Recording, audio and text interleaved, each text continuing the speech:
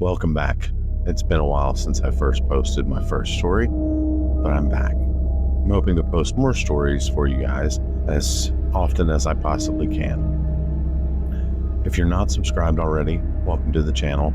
I ask that if you like this content to like it and subscribe. Don't forget to hit the notification bell so that you're notified every time I post a new story.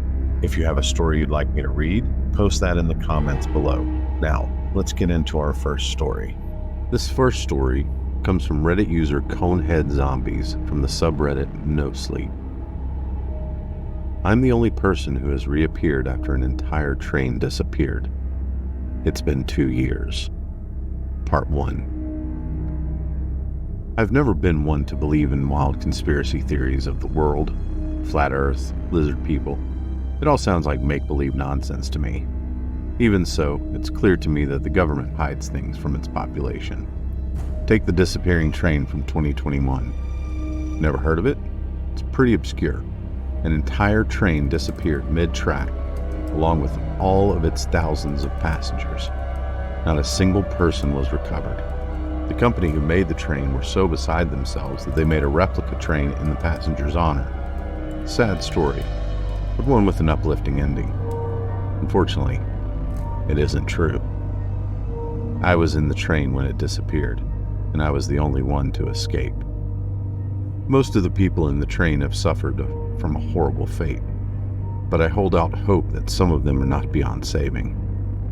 I'm getting ahead of myself.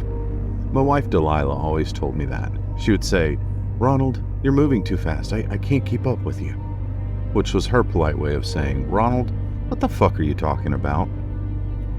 Usually she'd say it when I was explaining the rules to a game badly or telling a story that always turned into a rambling mess with no clear direction. So, just this once, I'm going to structure my story. I don't have much time, but this is important. Bear with me. But I need to start from the beginning. We were crossing the countryside, going from Montana to my wife's sister's place who lives in Seattle. Her sister had never seen the baby, so Delilah was excited to show her. Her name was Roberta, but we called her Bobby. Little Bobby was the best girl in the world, and you can't prove me otherwise. Now, since little Bobby was so young, she didn't have to have her own seat, allowing her to sit in either Delilah's lap or my lap. This is important because the train was packed. I've never expected every single seat to be filled in a train in the year 2021. However, the price was such a bargain, it didn't raise alarm bells quite yet. Bobby started crying the moment we left the station. I expected her to cry at some point, but immediately, a small part of me felt disappointed by it. A man a few rows behind us said, "Oh, for heaven's sakes, you brought a child here?" I've never encountered people who hate children before, though I'd heard that child haters exist. I just pretended to ignore him as Delilah helped the crying Bobby. The man was old and didn't take care of himself. He had unkempt hair and didn't shave. To be honest, he probably didn't bathe himself either. The man was dead serious. "If you want to get out of here alive and save everyone here, follow my instructions exactly." Feeling unlike anything I've ever felt before washed over me, and by the cries in the compartment, it was happening to everyone else. It was pure agony, like my insides were coming out of my body. The man said, "If you had been standing up, you would have been killed instantly." Murmurs in the train car stirred. I didn't want to believe him, but after that sickening feeling, I didn't know what to believe. The man was still serious. "Listen to me. If you want to save us all, follow my instructions exactly." Who is this man? First, get out of your seat and grab your child and make him sit in your seat. I'm not giving up my seat to my newborn girl, I wanted to protest. Then, hide in the bathroom until the ticket collector comes along in here. Quickly. I didn't want to listen to the man, but also I did have to go to the bathroom. So I decided now would be an okay time to humor him. I ran into the bathroom the moment the ticket collector opened the door. When the ticket collector asked for the baby's ticket, who was in my seat currently, Delilah handed him my ticket instead. I felt like I was committing a crime. A wave of guilt washed over me. Eventually, though, the ticket collector went away. After the ticket collector closed the door, the man yelled, "Now, quickly, get out and sit in your seat." The urgency in his voice compelled me to move forward and sit in my seat. I accidentally forgot about Bobby, who was still in my seat. The moment I sat down, a wave of agony unlike anything I've ever felt washed over me. The man sighed. "The seat protects you, but anyone whose ticket is collected by the ticket collector is tracked. If someone isn't in their seat, they'll search for you until they find you. They only give the okay when all tickets and seats are accounted for. Your newborn allowed the perfect cover for a stowaway." What is he talking about? Who is they? "Now, quickly, get out of the train. Come back for us. We'll be waiting." I looked out the window. There was a dark cloak of blackness outside. What was this? Whatever it was, we were no longer on Earth.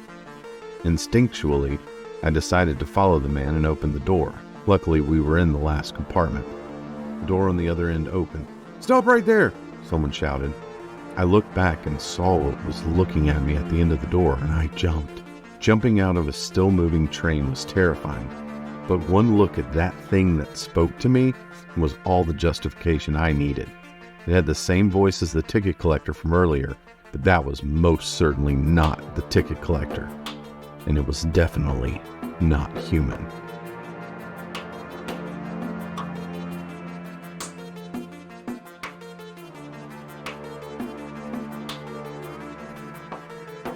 This next story comes from user Independent Loss 7001. It's called, "I started going to the gym a week ago. Worst decision of my life." I've always been fat. At first, I thought I was just a bit chubby. I even thought of it as a good thing. When I was young, the elders had always called me cute. Up until middle school, I was popular among girls, always in girl groups. They said my bear-like body and baby face, thanks to chubby cheeks, made them feel safe, unlike other guys. In high school, I noticed my girlfriends started distancing themselves from me, and no new girls ever approached me, whether platonically or romantically. It took me months to gather up my courage and finally stood in front of one of my ex-friends, asking her, "Why is everyone distancing themselves from me?" She answered that they didn't feel safe around me anymore. Of course, I was hurt, but it did make sense logically. I got taller, and the spiking hormones made me much more manly looking. It made sense that they wouldn't feel like I was a part of their girl group again. Now, I'm an undergraduate student studying computer science. You guys can probably picture it. I'm the most quintessential socially awkward, ugly fat guy with a nerdy major. I do have friends. I mean, a friend. One friend. Male. Now, the reason I decided to start going to the gym, classic enough, I was in love. She was my friend's sister. Unlike his ugly ass, she is stunning. She was obviously out of my league, but I'm not that much of a self-destructive man. I do believe I could be attractive if I lose some weight. I might not be one of the funny extroverted guys, but I do know how to treat women. My elementary and middle school era taught me a lot. It was the university facility gym, and it was 1800. So I had expected it to be crammed. To be honest, I didn't even think I would get to do anything on the first day, but to my surprise, including me, there were only 4 people. Besides me, all of them were females. I didn't stare at them, I'm not a creep. But I did see 2 of them running on the treadmill, the remaining one was on the bike. I walked awkwardly to a treadmill, the one farthest away from the 2 girls running. Not having used one before, I turned the speed up to 5 kilometers per hour. At first it was fine, it wasn't too fast. I felt like I could easily finish an hour of walking at this speed. I was wrong. My 20 years of sitting on my ass all day body only lasted on that treadmill about 7 minutes before I had to smash the emergency stop button and puffed like crazy. I could feel the 3 girls looking at me. I even heard some giggling. I was embarrassed to death. I went back to my dorm room right away. That was my first day at the gym.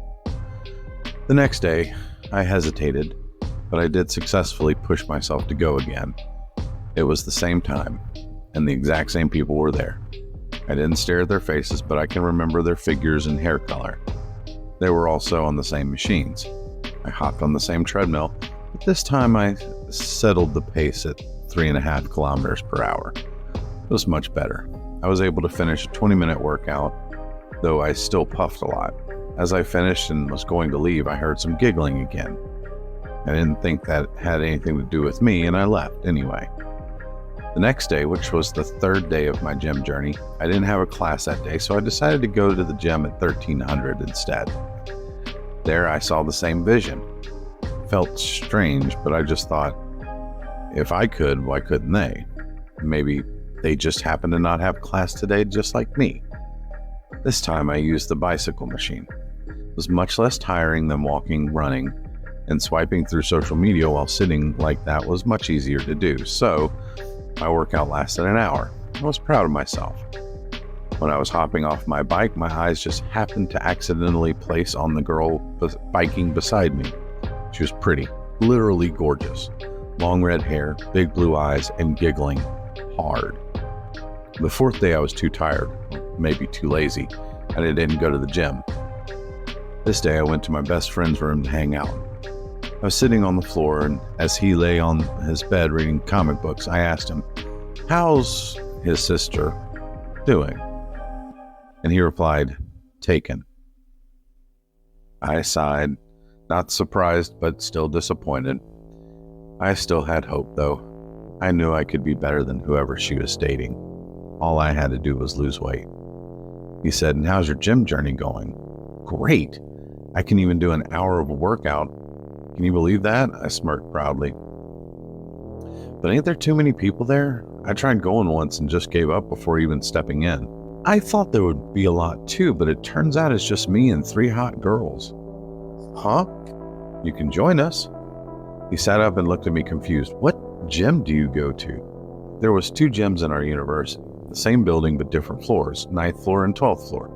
The 9th floor one. His face went pale. "That one was closed a year ago." I scoffed. "Nah, you know I'm not scared of these kinds of things and you can't fool me." He grabbed my shoulders and stared at me seriously. "I'm not fooling around. Search it if you don't believe me." Honestly, at that point, I was already scared. If it was just his words alone, I wouldn't. Deep down, I knew something was off too. I'd been trying to ignore it deep down, but I knew it couldn't be normal for a university gym to have only 3 people at around 6 p.m. I put on a brave face, hiding my whelming fear. "Then what about we just go together now?" "No way in hell. Coward." "Look, I'm serious. I heard that gym was closed because people died there. I don't know any details, but it was really closed. How the fuck did you get in there?" The sweats were rolling down my forehead. "I just walked in." He palms his face. "Whatever. I don't think you should ever go there again." I didn't reply to his words. I just shrugged my shoulders and changed the topic. He still looked worried, but I figured he probably didn't want to keep talking about it either. On the next day, I went to the 12th floor gym instead. I hadn't searched about the 9th floor gym stuff. I wasn't ready for it. The 12th floor gym was totally different. There wasn't any difference in size or number of equipment, yet this one was really filled with people, like how I expected it on the first day. I did my workout normally. I finished and went back to my dorm. There was no one giggling as I left. Nothing weird happened that day. The day after, which is yesterday, I still went to the 12th floor gym. After I finished my workout, I stood still in front of the floor buttons in the elevator for a while, wavering whether I should do it or not. Should I go to the 9th floor and check it out again or not? Well, sure, it would somehow be weird, but not like I ever got hurt there, right? And there weren't many people like the 12th floor, so it felt much more private. I knew I could have just searched on the internet to check out the information, but what would that give me? I could know what happened to the gym, but I wouldn't know what was happening to me. And I would never get to know why must it be me and those 3 girls and not someone else. And I pushed the 9th floor button. It arrived, and it opened as usual. The gym was also open. This day, I already finished my workout, so it was about 19:30. I looked inside the gym and there they were. The same 3 girls, all on the exact same machines as before. I was not going to work out. I wasn't there for that reason. I was there because I wanted to know the truth, but I didn't know what to do. Ask them? At that point, I didn't even know if they were human or not, so I just stood there stupidly, watching, but not going inside. I looked around my surroundings. There weren't any other people there. I looked in the gym. It's just like the 12th floor one, no significant difference. I looked at the girls. They were really beautiful. I even thought, what if I just move on from my friend's sister and give it a shot with one of them instead? If they were humans, of course. And they did seem like they were. The more I looked, the more attracted I was. I didn't mean to stare. I knew that would be creepy, but I just couldn't help myself. Besides their gorgeous faces, their bodies were all top tier. Big round breasts slightly bouncing as they ran on the bike, bare skin of the tiny waist area, thick firm butts making me imagine how good it would feel just to push my... Anyway, suddenly the movement stopped, and their eyes were all on me. Their big beautiful eyes had turned mostly white with a small bit of black eye. They stared at me, not smiling, not giggling, not curious, not a neutral face. Those were enraged faces. As I was still freezing, they started moving again. I don't know what words I can use to describe them, but it wasn't natural. It wasn't smooth movements like how humans do. Their joints and bones were cracking, and they just started running at me. Yes, they ran, full speed, and their eyes were still looking straight into mine. They weren't screaming or yelling anything. Their mouths were shut closed. All I could hear was loud running footsteps and the sounds their interconnecting body parts were making. One of the runners got to me first. She jumped on me and pushed me to the ground. The other 2 followed. I couldn't see which one did it, but I got kicked in the nuts. Hard. Then they all screamed at the same time, "Pervert!" And they repeated again and again and again, "Pervert! Pervert! Pervert!" The foot was also repeatedly kicking me, and this is embarrassing, but unlike most survivors of horror stories, I did not manage to get myself out of there. I was just getting screamed at and kicked in the balls until I passed out. This morning I woke up. I was in a bed. I looked around. There were 2 people, my friend and a nurse. And the place was the infirmary room. Before I could open my mouth and say a word, my friend said first, "Could you let us speak privately?" And seems like the nurse did understand. She nodded and left the room. He said to me, "What happened?" I think there were ghosts. Why the fuck did you go there again? Curiosity? He sighed and palmed his face. I asked, Who found me? Of course it's me, motherfucker. Who else would have known where you could be? I didn't reply. Then he kept asking, what happened? In detail. When I got there, you were just lying in front of the closed gym. I don't remember. I lied. You just told me you realized there were ghosts. And that's all I remember. He sighed again. Whatever. We left it at that and headed back to our dorms. I was spending hours researching and reading the news about the 9th floor gym before I started to type this post. Basically, 3 girls were sexually assaulted, brutally, and murdered in there. There were a dozen offenders. No one stopped anyone. Now I'm really glad he's my only friend. No one could have been more ignorant. But by ignorant, I only mean about things considering oneself. He doesn't care what you do to yourself, that it only affects you and no one else. But when it comes to social issues, he's kind of serious. Especially gender stuff. Normal for someone with a sister, I guess. That's why I couldn't tell him what the ghost did to me. He'd question me. And if he knew, he would get mad at me for what I've done in the past. I don't think it's a big deal, but better safe than sorry. I don't want to lose my only friend I have. I'm not stupid. By their actions and their courses of death, I can already guess why that ghost chose to attack me. But I won't lie, I'm a bit offended. Sure, I wasn't the best guy. I did make some mistakes. I made some people uncomfortable.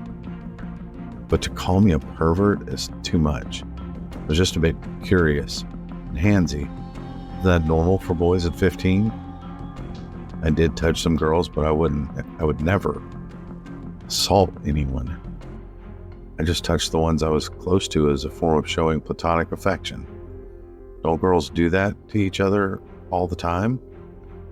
I'm not defending my actions here, though. If it makes them uncomfortable, then I shouldn't do it, and I never did it again. I'm just saying that time I did it because I didn't know. I won't make those mistakes again. And I hope everyone involved forgets it and forgives me. It's not for me, but for their own sake. Nothing good comes from fixating on other people's mistakes and being consumed by grudges. At least, that's what I think.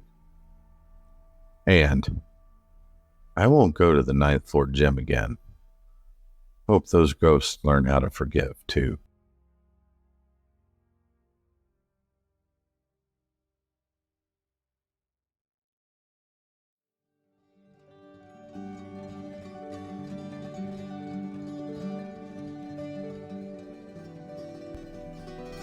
Thanks for listening. Those were 2 very interesting stories. Can't wait to see what happens in the next part of the train story. Again, if you like this content, please share it with others. Don't forget to subscribe and hit that notification bell. And until next time, have a good day.